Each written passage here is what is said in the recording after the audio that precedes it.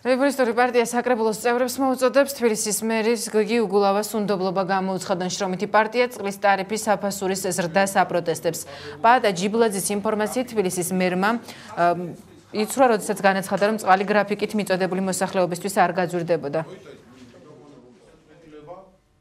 ბატონმა გიორგი უგულავამ მორიგი ტყუილი გამოაცხო, როცა განაცხადა, რომ თბილისელებისათვის წყალზე გადასახადი სულზე 3 ლარისა და 15 თეთრის ოდენობით არ შეეხებოდათ იმ აბონენტებს, რომლებიც წყარს გრაფიკით ღებულობენ და მათთვის გადასახადი ისევ 2 ლარი და 40 თეთრის ოდენობით დარჩებოდა. ჩვენ ამ განცხადების ვერავითარი დამადასტურებელი დოკუმენტი ვერ მოვიპოვეთ.